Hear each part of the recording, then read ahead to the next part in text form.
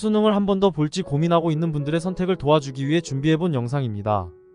물론 자기가 하고 싶으면 하는 거고 제가 시키는 대로 할 의무도 없습니다. 제가 여러가지 상황을 가정해보고 각각의 상황들에 대해서 어떻게 하면 좋을지에 대한 제 생각을 말씀드려 보겠습니다. 제가 제시한 상황에 해당하면 잘 생각해 보시기 바랍니다.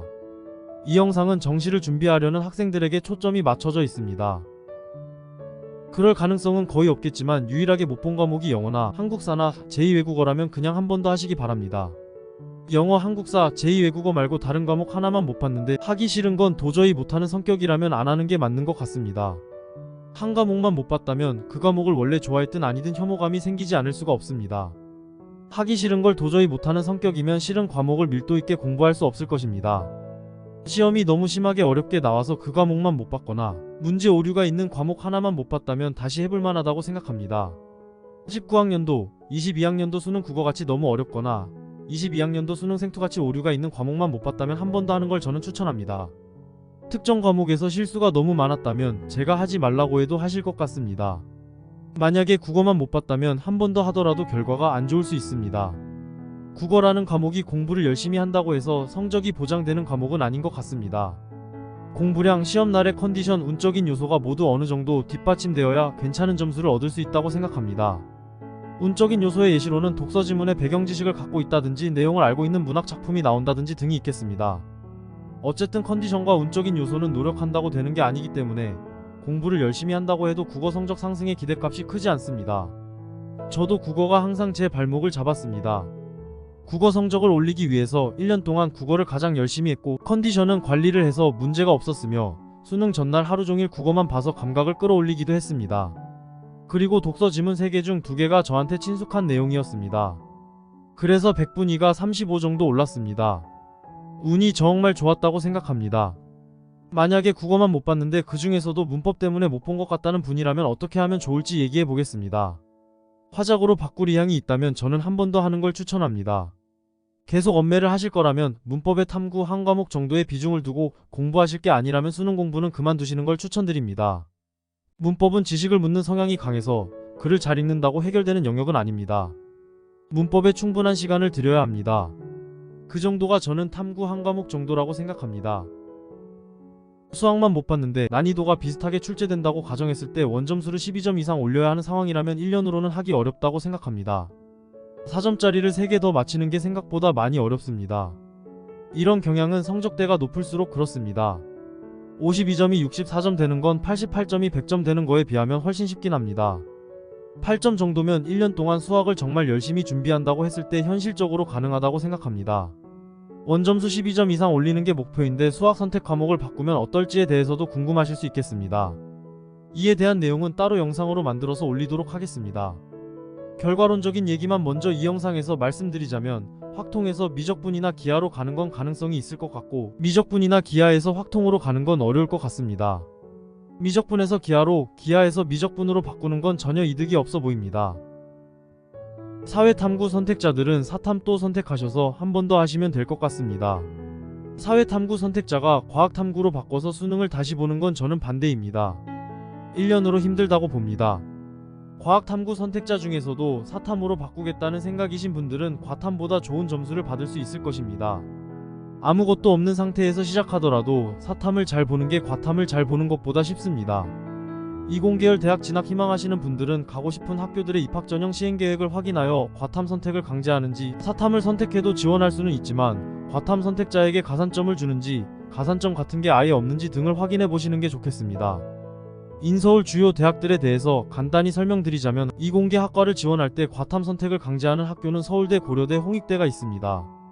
이공계 학과를 지원할 때 과탐 가산점을 주는 학교는 연세대, 성균관대, 서강대, 중앙대, 경희대, 시립대, 이화여대가 있습니다.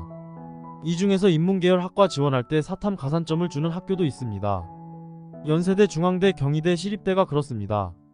사탐으로 이공계열 갈 수 있는 선택지가 늘어났으니 과탐에서 사탐으로 바꿀 사람들이 유의미하게 많을 것이고 그런 사람들 대부분은 과탐을 못 본 사람들일 것입니다. 과탐에 남은 사람들의 수준이 높을 거란 뜻이 됩니다. 과탐 실력을 유지한다면 등급이 내려갈 것입니다. 과탐 실력을 많이 높여야 등급이 올라갈 것입니다. 1년 안에 하기 어려울 듯 합니다. 요약하면 다음과 같습니다. 사탐을 보겠다면 한 번 더 해도 좋겠다. 사탐에서 과탐으로 넘어가지는 말았으면 좋겠다. 과탐을 계속 보겠다면 정말 열심히 해야 할 것이다. 생활 습관이 잡히지 않은 사람은 재수 성공하기 어렵습니다. 가장 중요한 건 자야 할 때 자고 일어나야 할 때 일어나는 것입니다. 이런 습관이 안 잡혀 있는데 나를 강제할 장치도 없다면 성공하기 힘듭니다. 이런 사람들이 집이나 독서실, 도서관 등에서 혼자 재수를 하려고 한다면 저는 말리고 싶습니다. 늦지막히 일어나서 밤늦게까지 공부하다가 새벽에 유튜브보다 늦게 잠들고 또 늦지막히 일어나는 삶을 살지 않을 자신이 있다면 하셔도 되겠습니다. 근데 자신이 있었더라도 조만간 잘못된 생활 습관을 갖게 될 확률이 매우 높습니다. 진짜 자신이 있는 건지 다시 생각해 보셔야 합니다. 규칙적인 수면 패턴을 갖게끔 강제할 장치를 반드시 만드셔야 합니다. 가장 좋은 방법은 기숙학원을 가는 거라 생각합니다. 폰을 아예 없애든가 독서실에 두고 오는 것도 방법이겠습니다. 외로움을 많이 타는 사람도 성공하기 힘듭니다. 안 외로운 재수는 재수가 아니라고 생각합니다. 외로움을 해소하고자 대학 간 친구들 만나서 술자리 갖고 학원에서 친목질하고 그러면 안 됩니다. 대학 간 친구들 만나고 오면 그날은 공부 제대로 안 될 거고 나만 아직 수능 공부한다는 사실에 우울할 것입니다. 학원에서 친목질을 하는 게 공부에 전혀 도움이 되지 않습니다. 다른 사람에게 방해가 될 수도 있습니다. 정도가 심하면 학원에서 쫓겨날 수도 있습니다. 아무튼 하지 마세요. 재수를 하다 보면 인간관계가 많이 축소되는 경우가 있습니다. 그런 게 싫은 사람은 애초에 재수를 안 하는 게 좋겠습니다. 체력 안 좋은 사람도 재수 성공하기 힘들겠습니다. 수능 공부를 열심히 하다가 체력 이슈 때문에 막판에 공부를 제대로 못한다면 수능에서 성공하기 어렵습니다. 저도 재수를 망했는데 체력 때문은 아니지만 수능 한 달 전부터 공부를 제대로 못한 게 패인이라고 봅니다. 수능 준비를 하는 데 있어서 가장 중요한 시기가 수능 직전인 듯 합니다. 컨디션도 관리해야 되고 감도 유지해야 합니다. 감 유지를 못한다면 국어, 영어에서 글이 튕겨나간다든가 단순 계산에서도 문제가 생길 가능성이 큽니다. 평소에도 공부를 열심히 하셔야겠지만 막판에 더 열심히 할 수 있게끔 체력과 멘탈을 남겨놓으셔야 합니다. 이런 사람들은 성공하기 어렵다, 이런 경우는 1년 더 해서 잘 되기 어렵다 등의 얘기를 했는데 거기에 해당되는 사람이더라도 무조건 망한다는 얘기가 아닙니다. 저도 생활 습관이 안 잡혀 있었지만 수능을 한 번 더 봤습니다. 결국 할 사람들은 누가 뭐라고 해도 합니다. 한 번 더 하기로 하신 분들에게 전하고 싶은 이야기가 몇 가지 있습니다. 좋은 대학에 가고 싶으면 내 손에 쥐어진 것들 중 일부는 포기해야 합니다. 친구가 많이들 떠나갈 수도 있습니다. 그걸 받아들일 각오는 어느 정도 하셔야 됩니다. 재수를 하고 나서도 내 곁에 남는 사람이 진짜 친구니까 앞으로 그 사람한테 잘하겠다고 생각하신다면 아주 좋겠습니다. 하기 싫은 공부를 하셔야 성공합니다. 좋아하고 잘하는 과목 공부만 한다면 좋은 결과가 나오지 않을 것입니다. 물론 좋아하고 잘하는 과목 공부도 해야 하고 잘하는 파트를 열심히 공부하면 시험 칠 때 시간을 절약할 수도 있겠습니다만 못하는 과목을 대충 공부하면 점수도 대충 나올 것입니다. 12시간 앉아 있었다고 12시간 공부한 게 아닙니다. 인강을 본 시간은 공부한 시간이 아닙니다. 하루에 몇 시간 공부했는가에 너무 집착하지 않으셨으면 좋겠습니다. 스탑워치 세워두고 공부하는 사람 중에 분명 화장실 다녀오는 시간이나 멍 때리는 동안 일시정지 안 해두는 사람 있을 겁니다. 그런 사람들은 수능을 잘 보고 싶기보다는 공부 열심히 하는 것처럼 보이는 내 모습을 남한테 과시하고 싶은 게 아닌가 싶습니다. 이런 측면에서 스터디 플래너 열심히 꾸미는 거랑 공스타 하는 것도 저는 안 했으면 좋겠습니다. 개념은 언제까지 해야 하고 기출은 또 언제까지 해야 하고 실무는 언제부터 풀어야 한다는 식의 얘기가 여기저기 있을 겁니다. 그런 얘기들은 모든 사람에게 맞는 얘기가 아닙니다. 내가 만약 여름에도 개념이 덜 됐으면 개념을 해야 되는 거고 고1 수학이 부족하면 고1 수학을 해야 됩니다. 다른 사람들 얘기만 듣고 지금 나한테 필요한 공부를 건너뛰고 넘어간다든가 인간 강사 컬이 따라가는데 급급하다든가 하면 안 되겠습니다. 현재 내 수준을 잘 진단하시고 내 실력에 필요한 공부를 하셔야 됩니다. 수험생이라고 1년 내내 공부만 할 수는 없습니다.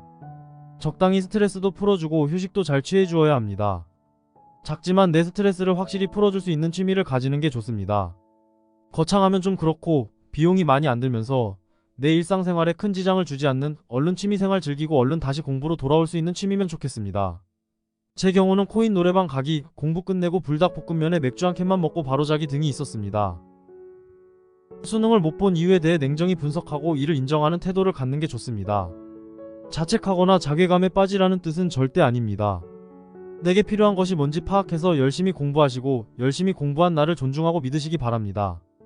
시험장에서는 자신감과 기세도 중요합니다. 수능을 더 볼지에 대한 고민 해결에 도움이 되셨길 바랍니다. 어떤 결정을 하셨든 본인의 결정이 옳고 존중받아 마땅합니다. 수능을 준비하면서 생기는 질문들이 있을 때 언제든 댓글 달아주시면 제 생각을 말씀드리겠습니다. 제가 잘 모르는 부분들은 연구를 해서라도 알려드릴 수 있도록 하겠습니다. 미련 없이 입시판을 떠나시길 응원합니다.